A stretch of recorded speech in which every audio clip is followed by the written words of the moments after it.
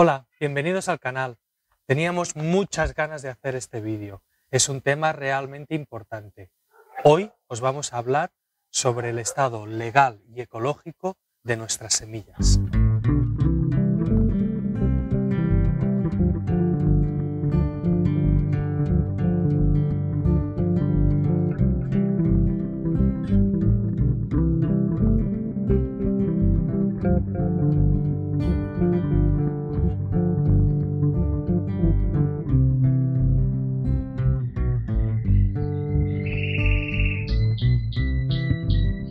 Las variedades tradicionales son aquellas que han creado los agricultores desde hace un montón de generaciones. Vienen de la antigüedad hasta nuestros días de hoy. Ellos fueron escogiendo aquellas plantas que les parecía que mejor se adaptaban al lugar y también aquellas que tenían las características que ellos estaban buscando. De esta forma tan simple se crearon las variedades. Estas variedades es importante entender que así como habían muchos agricultores y muchas familias, también existían muchas diferencias dentro de una misma variedad, porque era el resultado de la gente que la estaba seleccionando. Eso permite que estas variedades tradicionales puedan adaptarse mejor a los cambios, a las inclemencias, a cualquier adversidad que se les presente. Son estas variedades locales la base de nuestra gastronomía y por tanto también una parte muy importante de nuestro patrimonio cultural. No podemos entender un territorio, un pueblo o una cultura sin entender lo que comen, y lo que comen nunca se aguantará sin entender lo que se cultiva. Muchos os preguntaréis qué es exactamente una variedad antigua, dónde podemos establecer la línea entre lo que es antiguo y lo que ya no lo es. No existe un consenso al 100% sobre esta cuestión en lo que se refiere a variedades de cultivo, pero sí que mucha gente suele poner la fecha límite en 1950. Y es que ese fue un momento en el que existía una revolución agrícola muy importante, sobre todo fruto de que la industria armamentística que se estuvo lucrando con la Segunda Guerra Mundial tuvo que reconvertirse y pasó a dedicarse sobre todo al sector agrícola, ya fuera con maquinaria o con fitosanitarios. Pues bien, en ese contexto, las empresas de semillas que ya llevaban unos cuantos años ejerciendo y habían adquirido ellos la responsabilidad que hasta esos momentos tenían los agricultores, en lo que se refiere a reproducir sus propias semillas, pues estas empresas de semillas inventaron los híbridos. Un híbrido no es más que la mezcla, la primera generación del cruce de dos variedades distintas. Esa primera generación es completamente homogénea y eso al agricultor le pareció un gran avance.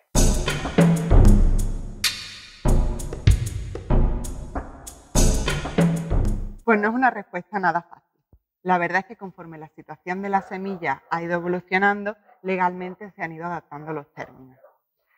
Para poder comercializar hoy en día una semilla, tiene que estar inscrita en un registro. Existen registros que se crearon durante el siglo XX a nivel nacional y más tarde se integraron todos a nivel europeo. Pero el resto del mundo es bastante similar en cuanto a registros. Para poder registrar una variedad, esta tiene que ser estable, homogénea y distintas a lo que ya había. Esto deja fuera de juego a las variedades locales, ya que no son homogéneas y no son distintas a lo que ya había, porque son lo que había antes. Así pues, las casas de semillas no pueden vender variedades tradicionales, pero han encontrado una manera de hacerlo. Os explico el caso de la cebolla de Zaya, que es muy ilustrativo de esto. La cebolla de Zaya es una cebolla roja que llevaba muchos años cultivándose en esa zona de Navarra, cuando llegó una empresa de semillas y registró un tipo concreto de cebolla de Zaya, dejando fuera de juego al resto. Ahora la cebolla de Zaya ya no tiene una diversidad genética como tenía antes. Ahora la cebolla de Zaya oficialmente es la que registró aquella empresa de semillas. Lo que ocurre ahora es que aquellos agricultores que siguieron guardando su semilla de cebolla de Zaya no pueden llamarla cebolla de Zaya.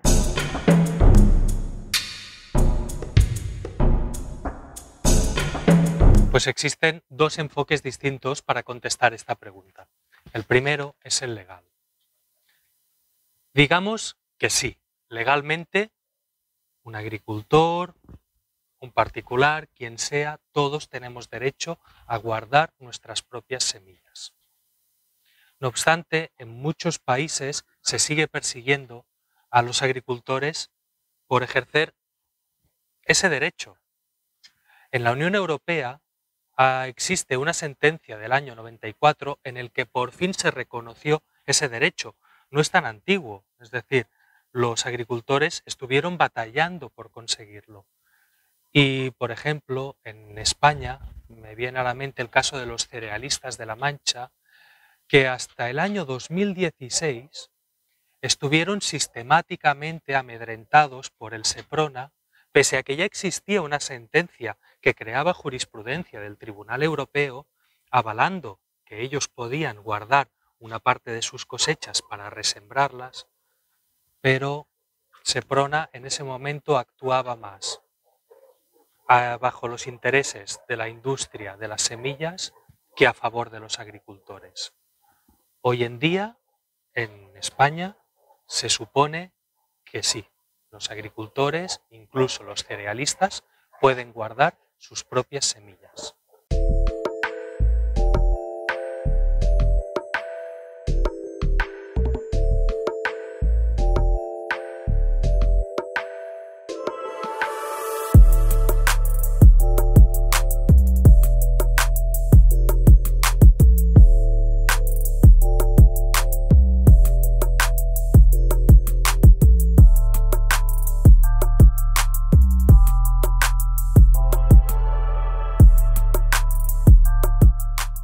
Existe otro enfoque para responder esta pregunta, y es el genético.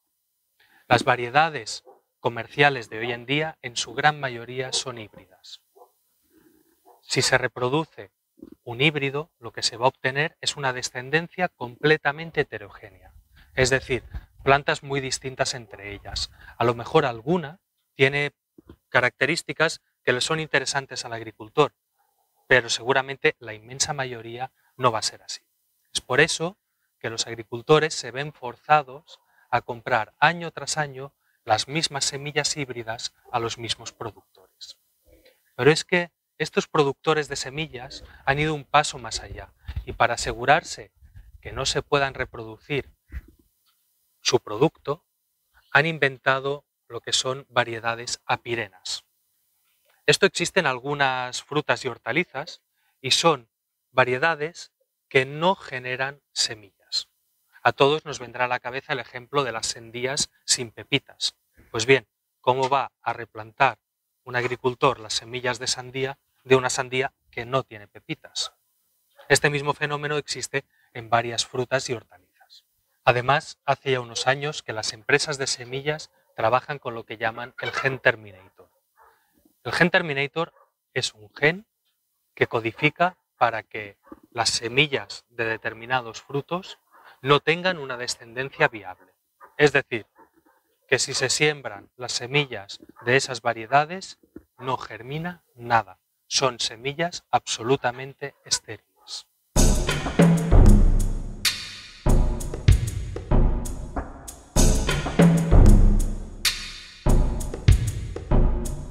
Pues legalmente no, por muy sorprendente que esto nos pueda parecer. Existe jurisprudencia que marca que el trueque o regalo puede ser considerado como una venta a coste cero.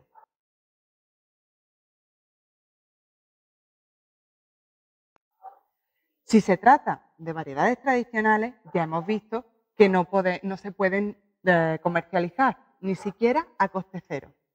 Pero pongámonos en el caso de que sea una variedad inscrita en un registro. Como agricultores tampoco podemos divulgar esa variedad, ni siquiera en forma de esquejes. Os pongo el ejemplo de la mandarina Nardocot. El caso de la mandarina Nardocot es muy curioso. Hace unos años se hizo muy popular, sobre todo porque madura en una época en la cual no hay otras mandarinas disponibles. No es especialmente dulce, pero se pela bastante bien y se hizo muy popular entre los agricultores. La empresa que registró esta variedad de mandarinas pertenecía a la familia real marroquí, pero esta vendió los derechos a una empresa valenciana.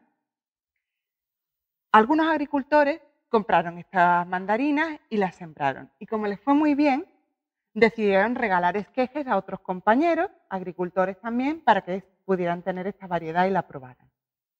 La empresa valenciana contrató una empresa especializada en perseguir los derechos de propiedad intelectual vegetal y así fueron descubriendo cada uno de los agricultores que no había pagado derechos de autor a la empresa valenciana y los denunciaron.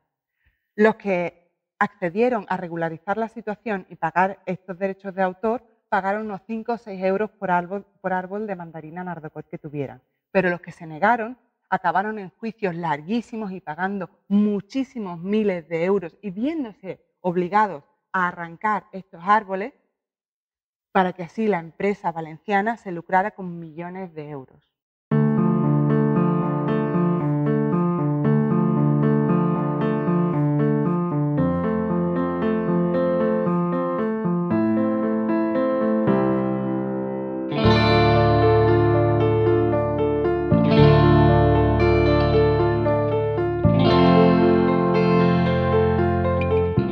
Fijaros qué cosa tan inocente es regalar un esqueje de un árbol que te va bien a un compañero agricultor y cómo esta cosa puede acabar degenerando muchísimo y teniendo que pagar miles de euros por el árbol injertado.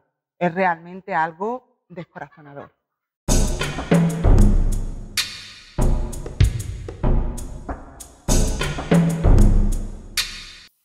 Pues sí, se puede patentar un organismo, un gen, una secuencia de genes. Se puede patentar una proteína, un tejido. En lo que se refiere a las formas de vida, desgraciadamente, se puede patentar prácticamente todo. Todo empezó con un microorganismo que parecía muy útil e interesante. En este caso, el primer organismo patentado fue una bacteria que era capaz de alimentarse de petróleo. Se había descubierto, o mejor dicho, se había inventado, ya que era un organismo transgénico.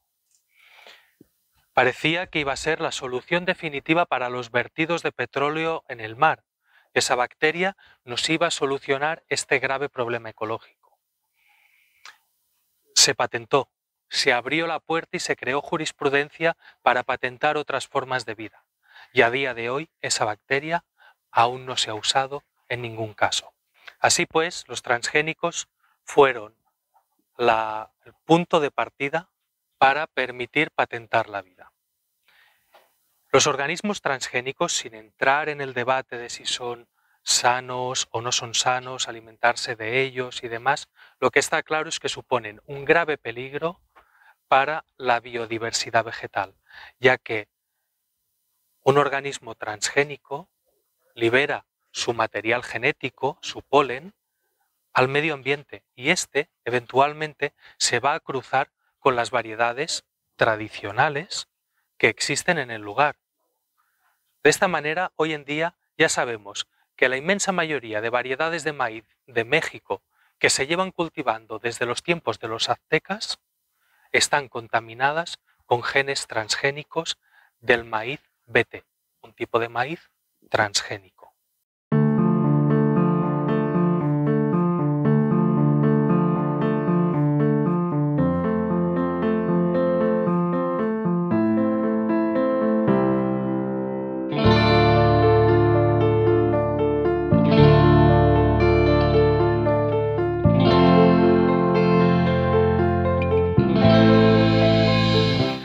La industria biotecnológica, mediante los organismos transgénicos, han permitido esa deseada fusión entre dos grandes potencias industriales. Por un lado, la industria fitosanitaria, de los productos, de los fungicidas, insecticidas, herbicidas que se aplican en la agricultura, con la potente industria de las semillas.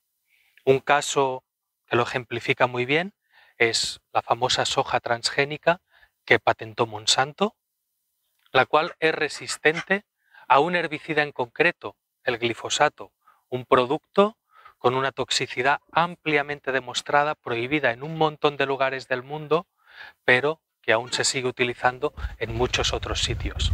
Pues bien, esta variedad de soja que Monsanto comercializa es resistente a este potente herbicida. Es resistente la soja y nada más. Con lo que si se siembra soja y se fumiga el campo, se crea un gran desierto donde solo es capaz de crecer la soja. Pero todas estas empresas han dado últimamente un paso más allá.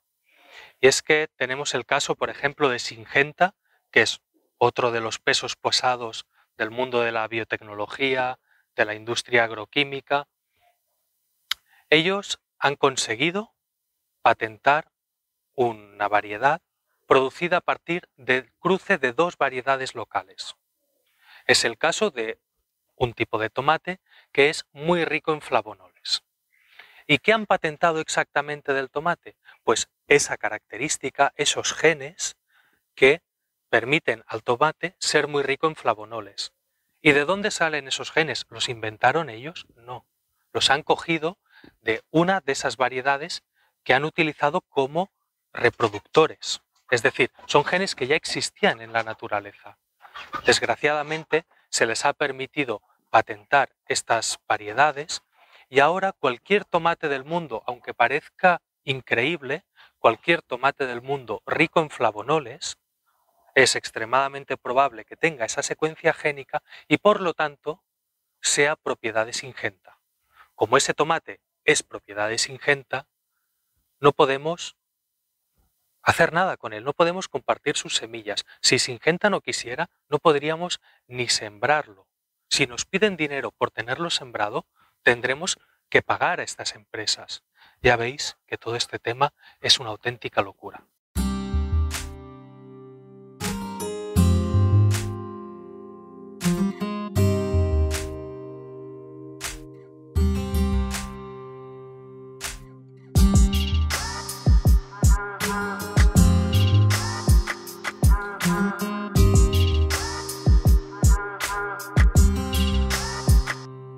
Así que llegados a este punto, vamos a recapitular. Partíamos de unos agricultores haciendo variedades en base a sus necesidades, al tipo de producto que querían conseguir en el lugar en el que lo cultivaban.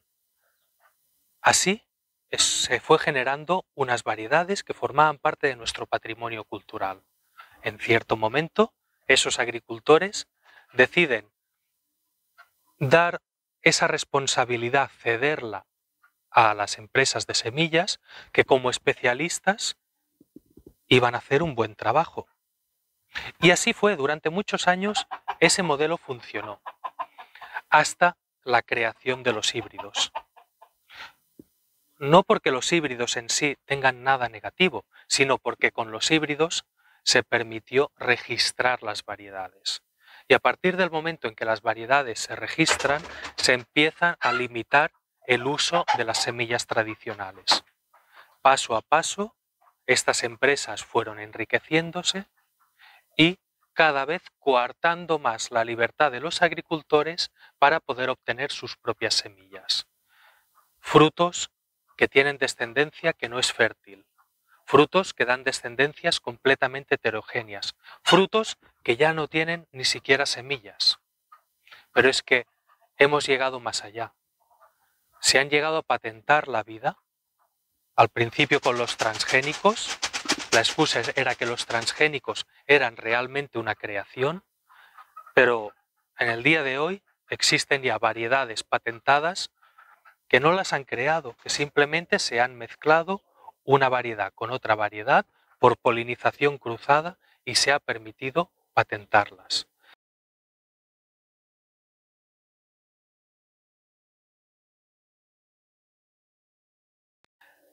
La patente es ya el último estadio de control sobre el agricultor. El agricultor no tiene ningún tipo de dominio sobre esa planta.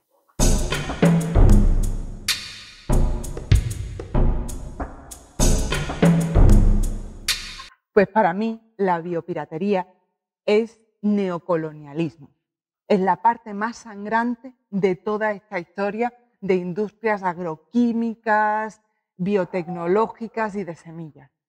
Y es que al final de lo que se trata es de que estas empresas se apropian de las variedades tradicionales que llevan años existiendo en el mundo. No sé si lo sabéis, pero la mayoría de biodiversidad del mundo se concentra en el hemisferio sur, que es también donde hay más países en vías de desarrollo. Estas empresas van a estos países y patentan sus variedades. Y ya sabéis lo que pasa cuando alguien patenta una variedad. Pues bien, si tú eres un pequeño agricultor, enfrentarte al monstruo que representa esta industria es totalmente inasumible. Así que uno podría pensar que es trabajo de los gobiernos defender ese patrimonio cultural que son nuestras semillas. Pues bien, en muchos casos no es ni siquiera así. Y un caso muy ilustrativo es el caso de Costa Rica. Costa Rica es un país que concentra muchísima biodiversidad. Tiene muchísimos parques naturales. Creo que es el país del mundo que más parques naturales tiene. Tiene un montón de proyectos para la conservación de pueblos indígenas, de formas tradicionales de vida. Con un gobierno así, cabría esperar que se protegieran las variedades tradicionales. Pues bien, hace unos años el gobierno de Costa Rica recibió de la farmacéutica Merck $1 millón a cambio de poder patentar lo que la farmacéutica Merck encontrara en las selvas de Costa Rica, ya fueran variedades locales o salvajes. Lo que estas patentes le van a representar a Merck es muchísimo más que el ridículo $1 millón que pagó al gobierno de Costa Rica. Como podéis ver, hoy en día la situación de las semillas es un auténtico desastre. Hay agricultores que se han visto obligados a dejar de cultivar sus tierras, otros que dedican gran parte de sus beneficios a poder pagar a estas grandes industrias que han patentado los genes que llevan sembrando toda la vida. Otros que se han endeudado tantísimo que no pueden asumir esa carga. El caso más sangrante de todo esto es India, donde cada día se suicidan 28 agricultores por no poder pagar las semillas. Delante de este panorama totalmente descorazonador, hay gente que dedica mucha energía a intentar revertir esta situación. Pero esto os lo contamos en otro vídeo. Si te ha parecido interesante y crees que es una situación que se debería conocer, por favor, comparte el vídeo y hazle mucha difusión. Nos vemos en el próximo.